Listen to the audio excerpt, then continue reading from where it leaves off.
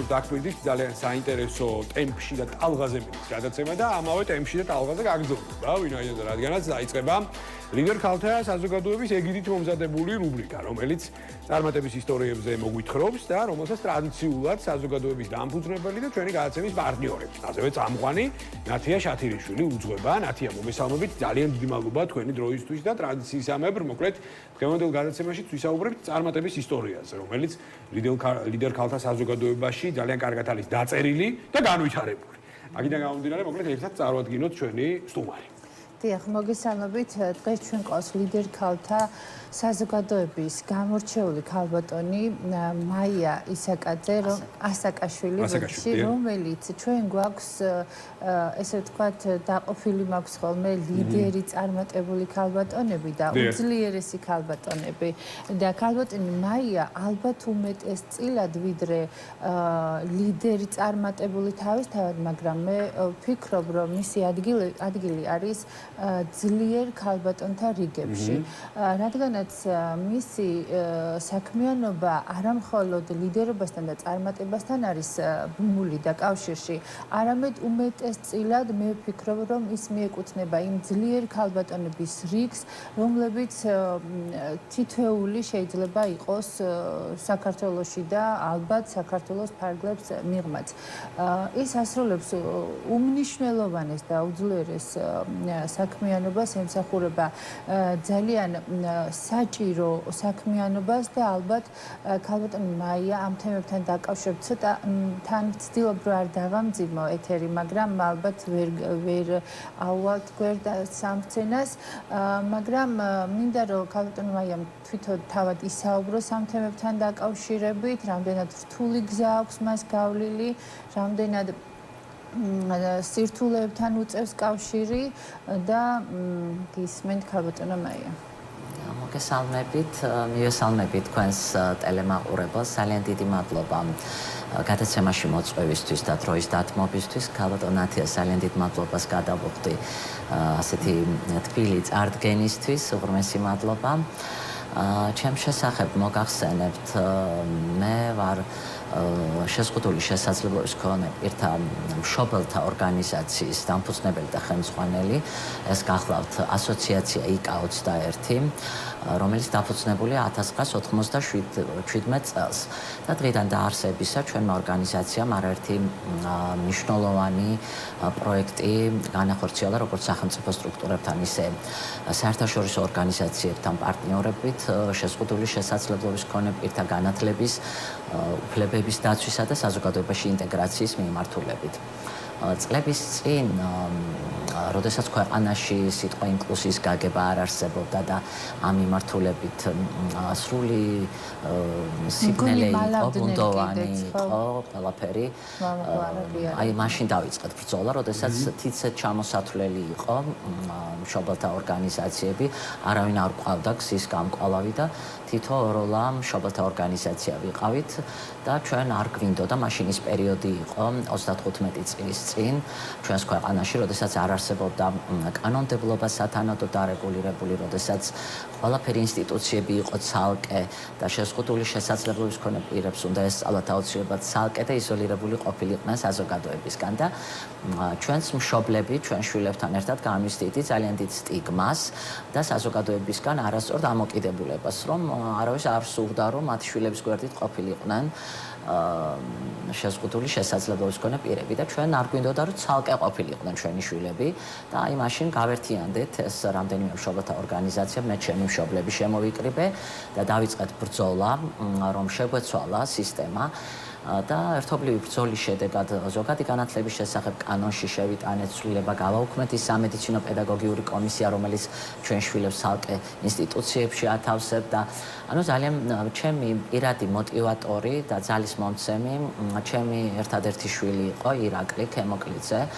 და ძალიან ბევრი ვიბრძოლეთ მე და ჩემმა შვილმა და წარსულში ახლა იმიტომ ლაპარაკობ, რომ ძალიან რთული ცხოვრების გზა გავიარეთ. თუ მაშინ ვთქვათ საზოგადოებისგან დამოკიდებულება დაწესებულება იყო ასეთი, რომ შეზღუდული შესაძლებლობის მქონე პირის დედაც იყო სტიგმატიზირებული შვილთან ერთად და ანუ გარკვეული თითქოს საზოგადოების გარკვეული წევრები გვერიდებოდნენ და არ უნდოდა ჩვენთან ურთიერთობა. ჩვენი ძალიან დიდი ბრძოლის და ძალისხმევის შედეგად დავანახეთ საზოგადოებას, რომ ჩვენი შვილების საზოგადოების სრულფასოვანი წევრები არიან. ჩემი შვილი ირაკლი გარდაიცვალა 2021 წელს სამწუხაროდ ეს ძალიან დიდი ტრაგედია დამემართა და შემდეგ მეგონა რომ თითქოს ჩემი ცხოვრება დაამთავრდა და ვეღარ გავაგრძელებდი საქმიანობას, მაგრამ შემდეგ ისევ ჩემი ოჯახის წევრების ახლობლების დახმარებით, ლიდერ ქალთა ასოციაციის მხარდაჭერით და დახმარებით, რისთვისაც ძალიან დიდი მადლობა მინდა გადავხადო ქალბატონ ნათიას და მის გუნდს, მომცეს мотиваცია, რომ უნდა ისევ ვიმოქმედო, გავაგრძელო ბრძოლა და მე ამ ბრძოლას ვაგრძელებ ახლა ჩემი შვილის სახელით სხვა ადამიანების დასახმარებლად.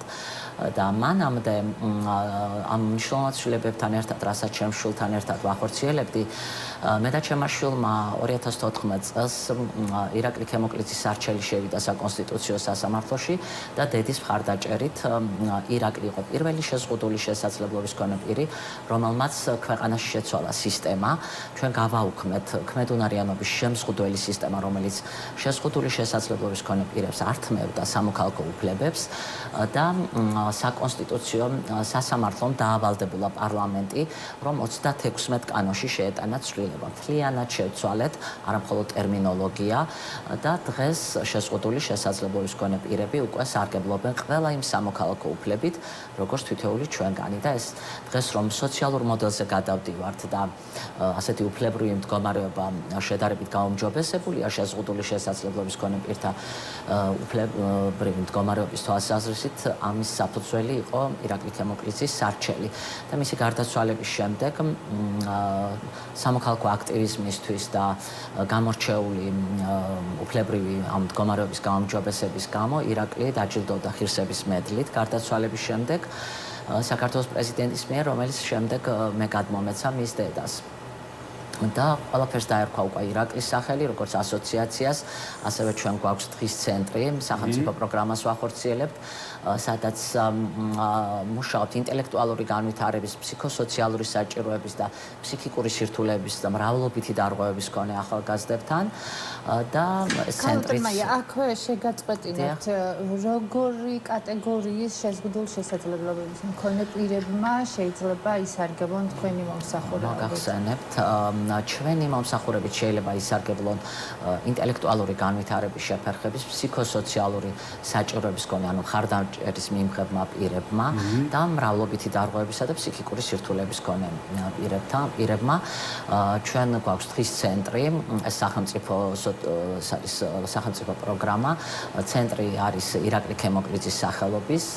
ჩვენი ორგანიზაციის ბაზაზე დღის ცენტრის გარდა არის დამხმარე კიდევ სახელოსნოები, ხის სოციალური საწარმოს ხივი, გვაქვს გამოყენებითი ხელოვნების სახელოსნო, გვაქვს მინისტამბა, სადაც ამ ახალგაზრდებთან მუშაობთ პროფესიული უნარების განვითარებაზე, არაფორმალური მიდგომების პრინციპით, იმიტომ რომ ეს არის კატეგორია, რომელთაც ფორმალური განათლების მიღება არ შეუძლია და ჩვენ არაფორმალური განათლების მეთოდებით მუშაობთ ამ ადამიანებთან, მუშაობს მულტიდისციპლინური გუნდი, რომელიც აფასებს მათ შესაძლებლობებს, რაში არიან ისინი ძლიერები, წარმატებულები და სწორედ აი ამ ძლიერ მხარეზე დაყრდნობით ხდება შემდეგ მათი უნარების განვითარება.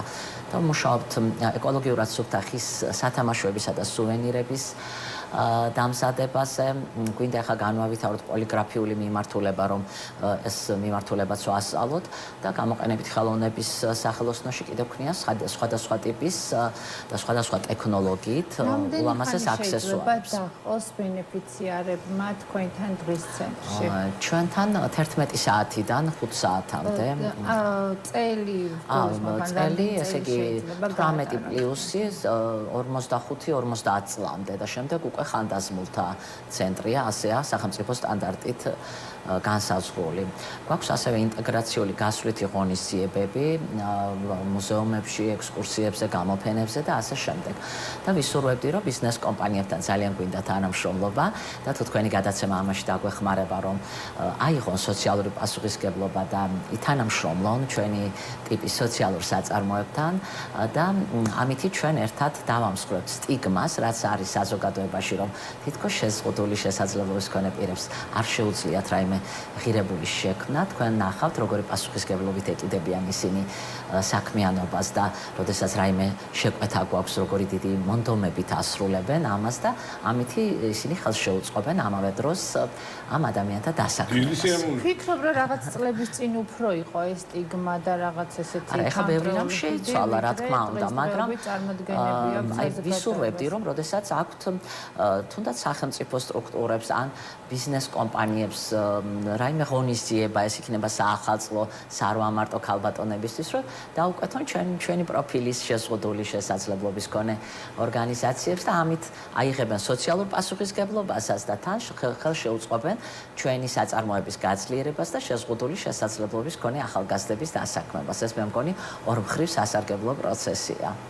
დიახ, აუცილებლად ჩვენ ასევე, როდესაც ჩვენი ლიდერ ქალთა ორგანიზაციის უდიდესი ღონისძიება გაიმართება ივლისის თვეში, ჩვენ უზრუნველყოფთ იმ საკითხს, რომ მათი ნამუშევრები გამოფენა გაყიდვას მოვახდენთ და ჩვენ წილ საქმეს აუცილებლად თქვენს გვერდით ვიქნებით და გავაკეთებთ. მადლობა, ლიდერ ქალთა საზოგადოება ძალიან გვიდგას გვერდში, ხელს გვიწყობს ჩვენ ლიდერ ქალბატონებს არაერთი ტრეინინგი ჩატარდა ლიდერ ქალთა საზოგადოებისა და BTC აკადემიის ერთობლივი ორგანიზებით და ხელს გვიწყობენ, რომ ჩვენი შესაძლებლობები უფრო ფართოდ წარმოვაჩინოთ, გაგვაძლიერონ, ხელს უწყობენ ჩვენს პიროვნულ განვითარებას.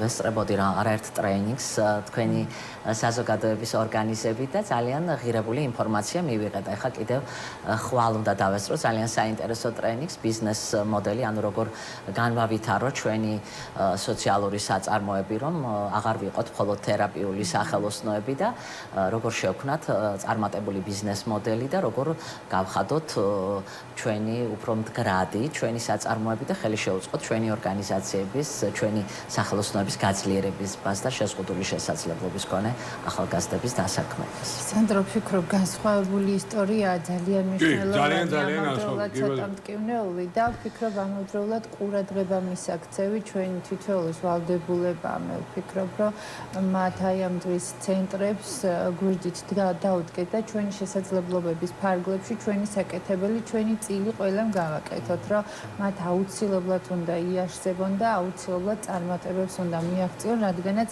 შეზღუდული შესაძლებლობები უკვე ვიცით ჩვენ კარგად, რომ არ არსებობს. არ არსებობს, კი ბატონო. ძალიან დიდი მადლობა ნათია ამ თემის წამოწევისთვის, იმიტომ რომ ჩვენი გადაცემა თავის კომერციულ კომპონენტებთან ერთად ატარებს სოციალურ კომპონენტებსაც და აუცილებლად ვალდებულება არის თითოეული ჩვენგანის, რომ ამ თემებზე ვისაუბროთ ხმამაღლა. დიდ მადლობას გიხდით საინტერესო საუბრისთვის, ვისურვებთ წარმატებებს. დიდი მადლობა ლიდერ ქალთა საზოგადოებას და ნათია შათირიშვილს ტრადიციულად ზუსტად აი მნიშვნელოვანი თემების იდენტიფიცირებისთვის და პირდაპირ ეთერში პრეზენტირებისთვის.